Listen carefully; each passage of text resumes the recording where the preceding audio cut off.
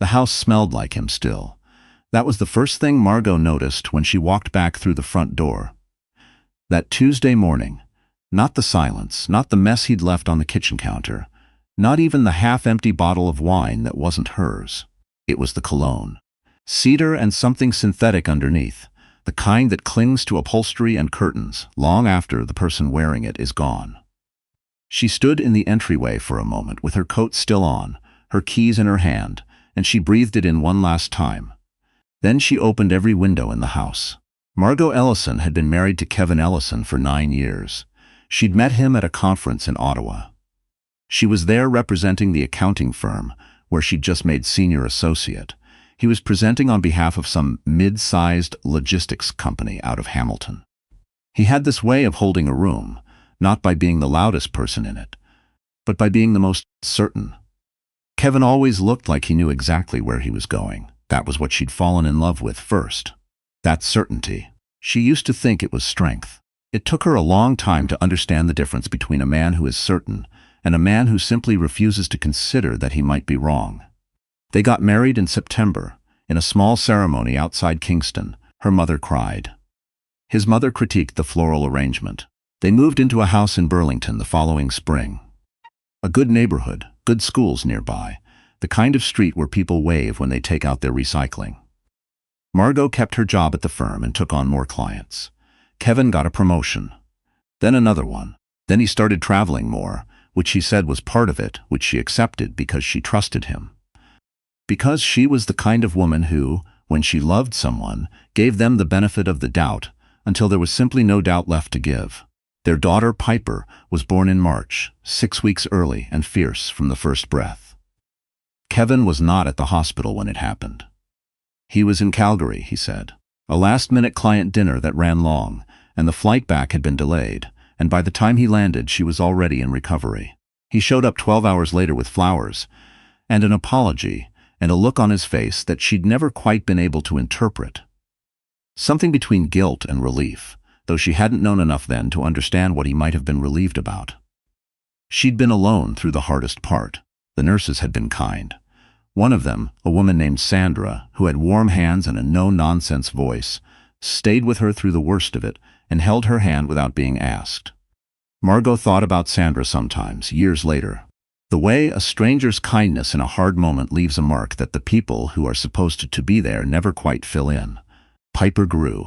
Margot went back to work when Piper was 4 months old because they needed the income, and because Kevin's next promotion had not come through the way he'd been promised, and because Margot was, at her core, someone who solved problems by working harder. She hired a nanny. She rearranged her client schedule. She learned to operate on 6 hours of sleep and stopped apologizing for it. Kevin did not rearrange anything. This was not something she let herself think too clearly at the time. She reframed it constantly, the way you do when you are trying to hold a marriage together by sheer force of interpretation. He was under pressure at work.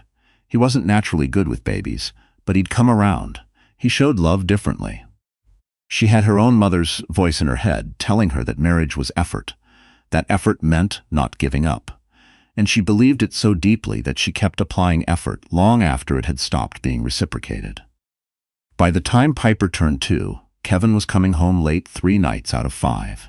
By the time Piper turned 3, Margot had stopped asking where he'd been. The moment she knew, really knew, in the way that closes a door permanently, came on a Thursday in November. Piper was at her mother's for the weekend.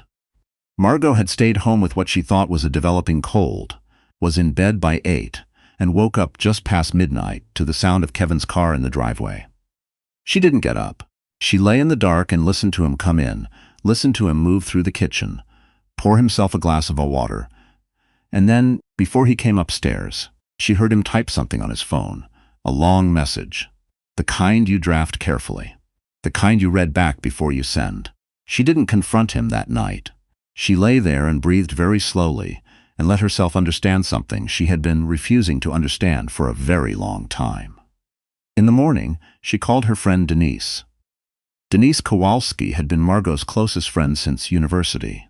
She was a family lawyer now, which had always struck people as ironic, given how determinedly single she remained, but Denise said that working in family law was the best possible advertisement for not getting married, and she said it cheerfully, without bitterness, which was one of the things Margot loved about her. Denise listened to everything Margot said without interrupting. Then she was quiet for a moment. Then she said very calmly, "Okay, here's what you're going to do." Margot did not tell Kevin she knew. This was the hardest part, not the discovering, and not the deciding, but the waiting. The weeks that followed required a particular kind of stillness that she had not known she possessed. She went to work. She came home. She cooked dinner on the nights Kevin was there, and when he wasn't, she put Piper to bed and sat at the kitchen table with a cup of tea and made notes on a legal pad. Everything she remembered. Dates, times, things he'd said that hadn't added up. The trips, the phone habits that had changed. Screen always face down now, the new passcode she'd noticed without meaning to. She wrote it all down in handwriting so small it barely looked like hers. She also started quietly documenting the finances. This was Denise's instruction. Margot had always managed their household accounts. Kevin found numbers tedious and had ceded that ground early in their marriage, which she'd accepted without thinking much about it. Now she pulled 9 years of statements. She compared income to expenditure. She found things she hadn't been looking for. Charges at restaurants she'd never been to. Hotel bookings on weekends she remembered vaguely as work trips. A recurring transfer to an account she didn't recognize that had been going on for 14 months. 14 months. She sat with that number for a long time. She found a therapist. Not because she was falling apart. She was, if anything, unnervingly calm. But because Denise told her she needed to have someone outside the legal process to talk to, someone whose notes couldn't be subpoenaed. The therapist's name was Dr. Anjali Mehta, and she had an office in downtown Hamilton with very good natural light and a quality of attention that made Margot feel, for the first time in years, that she was being properly seen. Dr. Mehta did not tell her what to do. She asked questions. She reflected things back. She said once, very gently, "It sounds like you've been disappearing for a long time. Does that feel accurate?" And Margot had looked out the window at the gray February sky and said yes. Yes, that felt accurate. The other woman's name was Cassandra. Margot found this out not through confrontation, but through the methodical accumulation of small facts. The name appeared first in a notification that flashed on Kevin's screen when he left his phone on the kitchen counter. Just a name and the beginning of a sentence that told her everything she needed to know. She did not pick up the phone. She continued washing the dishes. She memorized the name, and later that evening wrote it on her legal pad. She didn't look her up for a week. When she finally did, she found what she expected. A woman a few years younger, attractive in a way that felt like it had required significant effort, working in marketing at a company that contracted occasionally with Kevin's firm. Margot looked at the LinkedIn profile for approximately 45 seconds, and then closed the tab and never looked again. Cassandra was not the point. Cassandra had been handed a version of Kevin that Kevin had curated for the purpose. Attentive, available, uncomplicated by the years of accumulated reality that Margot was living with. That version wasn't real. It never was. Margot did not hate Cassandra. She felt, more than anything, a distant and complicated pity. Kevin she had no pity for. What she felt for Kevin in those weeks was something colder and more clarifying than anger. It was the particular feeling of having measured someone precisely and found the measurement exactly as small as you'd feared. 9 years. The hospital room. The late nights she'd covered for him at school events. Told Piper that Daddy was really busy, but he'd be at the next one. Made excuses so fluent she'd started to believe them herself. 9 years of building something he'd been quietly dismantling from the other end. She met with a financial advisor. Quietly, through a referral from Denise, someone who knew how to look at these situations without flinching. She reorganized what she could, what was legally hers to reorganize. She also had a conversation with her firm's senior partner, a woman named Eleanor Grange, who had, it turned out, been through something not entirely unlike this herself 20 years earlier. Eleanor did not offer sympathy in any soft sense. She offered something more useful, a clear picture of what Margot's professional position looked like, what her value to the firm was, and what a restructured schedule might be possible if circumstances required. She also said, without elaborating, "Whatever you decide, you will be fine." Margot had believed her. It was a Wednesday in late March when things shifted. Kevin came home earlier than expected. She'd been counting on the usual 10 or 11, had Piper already bathed and in bed, was sitting at the kitchen table with her laptop and her legal pad. She closed both before he came through the door. He kissed her cheek in the distracted way he'd been doing for years, opened the fridge, stood there looking into it for a moment. Then, he said, without turning around, "I've been thinking we should probably talk about some things." She set her hands flat on the table. "What kind of things?" He came and sat down across from her. He had the look of someone who had rehearsed this. "I think we've been going in different directions for a while," he said. I don't know. I think we want different things." She watched his face. "What do you want, Kevin?" He didn't answer that directly. He said something about growing apart, about the marriage having run its course, about it not being anyone's fault. The language of someone who had decided on a narrative and was delivering it. She noticed he said nothing about Cassandra. Nothing about 14 months of transfers to an account she wasn't supposed to know about. Nothing about the hotel in Toronto on the weekend he'd told her was a conference.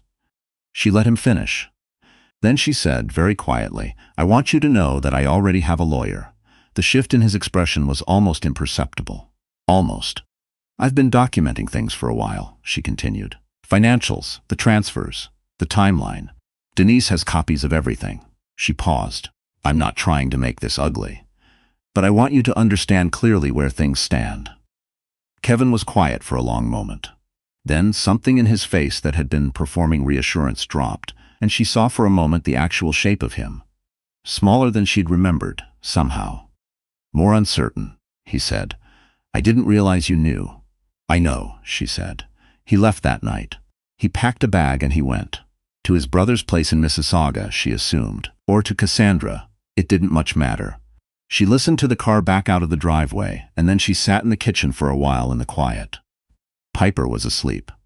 The house made its small sounds. She made herself a cup of tea she didn't end up drinking, and she looked at the familiar shapes of a life she'd built, and was now going to have to dismantle and rebuild in a different form. She didn't cry. She'd done her crying already, in Dr. Mehta's office, in the car, in the shower with the water running loud. There was nothing left for this particular moment, except a strange, flat exhaustion, and underneath it, very quiet, very certain, something that felt almost like the beginning of relief. The next months were not easy. Kevin's first lawyer sent a letter that made suggestions about the house that Margot found both optimistic and clarifying as to his strategy.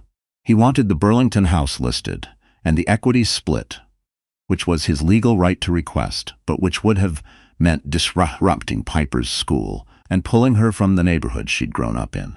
Margot's response, drafted by Denise in language so precise it was almost beautiful, included the documentation she'd compiled over the preceding months. All of it. The transfers, the credit card charges, the timeline of absences mapped against Piper's school calendar, showing, with quiet comprehensiveness, the exact shape of what Kevin had and had not been present for. His lawyer called Denise 2 days later. The negotiation took 3 months. Kevin pushed back on some things and conceded others.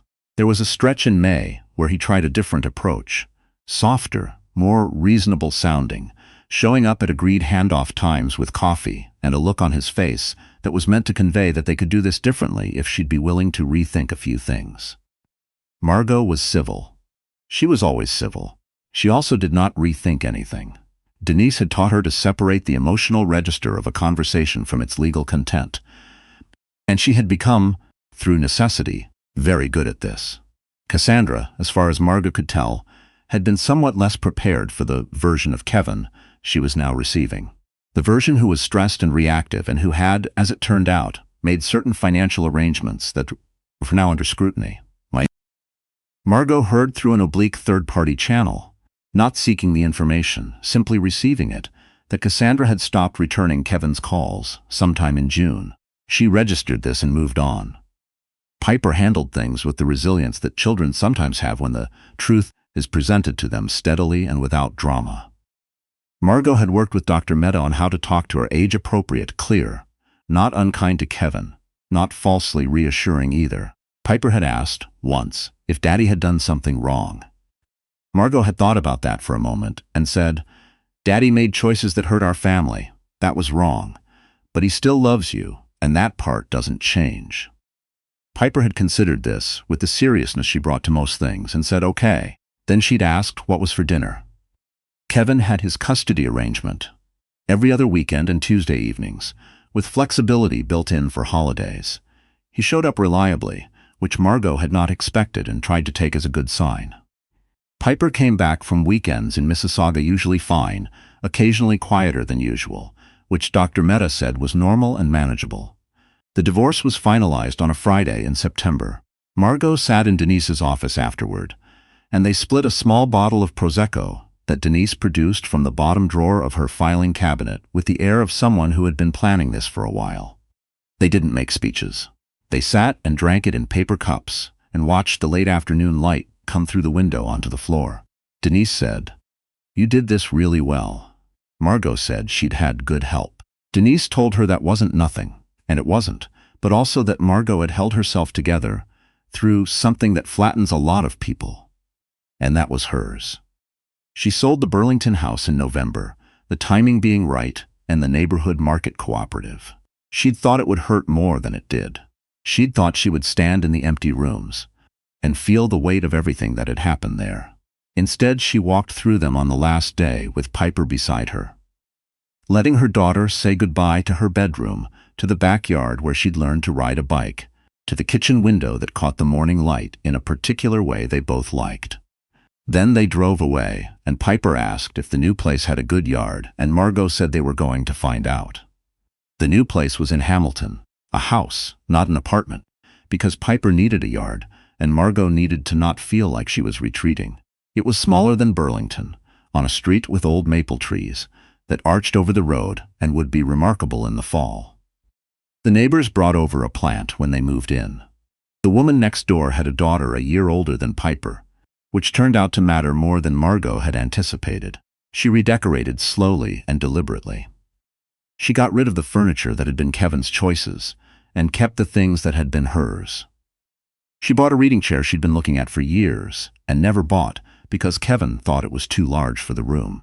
She put it in the corner of the living room where the light was best and sat in it most evenings after Piper was asleep, and it fit the room perfectly. Eleanor gave her a more senior client file that fall, a complex estates matter that required the kind of focused attention Margot had not been able to give anything for several years.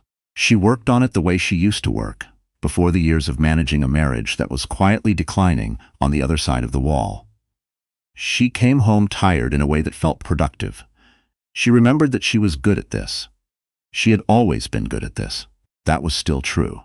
She thought about Kevin, less than she expected. Not because she had stopped caring about the years they'd shared, but because grief, when you've had time to begin it before the ending arrives, moves at a different pace. She'd already mourned most of what she needed to mourn in those weeks of stillness before she'd told him she knew. By the time the marriage was formally over, she'd had months of practice at the business of carrying on. There were hard days. There was a night in January when Piper spiked a fever and needed to be taken to emergency at 2 a.m, and Margot sat in the waiting room under fluorescent lights, with Piper's head on her lap, and thought, with unexpected sharpness, that this was the version of a loan she'd been least prepared for. Not the symbolic alone of an empty marriage, but the practical alone of a sick child in the middle of the night, with no one to share the weight of it. Piper was fine. Strep throat, antibiotics, good to go. But Margot sat in the parking garage for a few minutes before driving home and let herself feel the full size of it. Then she drove home. She told Dr. Mehta about it at their next session. Dr. Mehta said that acknowledging the difficulty wasn't the same as being defeated by it.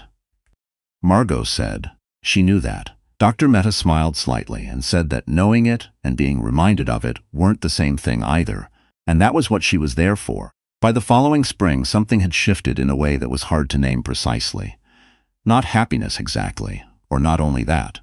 More like the feeling of being accurately situated, of taking up the right amount of space. She started running again, something she'd let go of years ago. She took Piper to the farmer's market on Saturday mornings and let her choose vegetables based purely on color, which resulted in some creative meal planning. She had dinners with Denise and with other friends she'd let drift during the years of managing the marriage. She called her mother more. Her mother asked, once, with characteristic directness, whether Margot thought she'd want to meet someone eventually. Margot had thought about this. She said she didn't know. She said that felt like a question for a different version of her, the one that was still forming. Her mother had surprised her by saying, "That's a very sane answer." Then she'd asked about Piper's latest school project, and they'd moved on, which was exactly right. Margot kept the legal pad. She'd thought, when it was all over, that she'd throw it away, that keeping it would feel like holding on to something she should be releasing. Instead, she put it in a box in the top of her closet, because it seemed like the wrong thing to discard. Not because of what it documented, but because of what it represented. The period when she'd stopped disappearing and started paying careful attention again. She'd like Piper to know someday that her mother was someone who, when things became impossible, wrote small and precise and did the work and held on. Not for Kevin. Not for the marriage. For the life that was still worth building on the other side of it. The maple trees on her street turned in October the way she'd been told they would. She stood on the front porch on a Saturday morning with her coffee while Piper played in the backyard with the neighbor's daughter. And she watched the leaves. That particular furious orange that only lasts about a week before it's gone. And she thought that this was hers. This morning, this street, this specific quiet, she had earned it the slow and unglamorous way, the only way there actually is. She drank her coffee. The leaves came down in the wind. Inside, Piper laughed at something, loud and unguarded, the way children laugh when they feel safe. Margot listened, and she felt, for the first time in a long time, that she was exactly where she was supposed to be.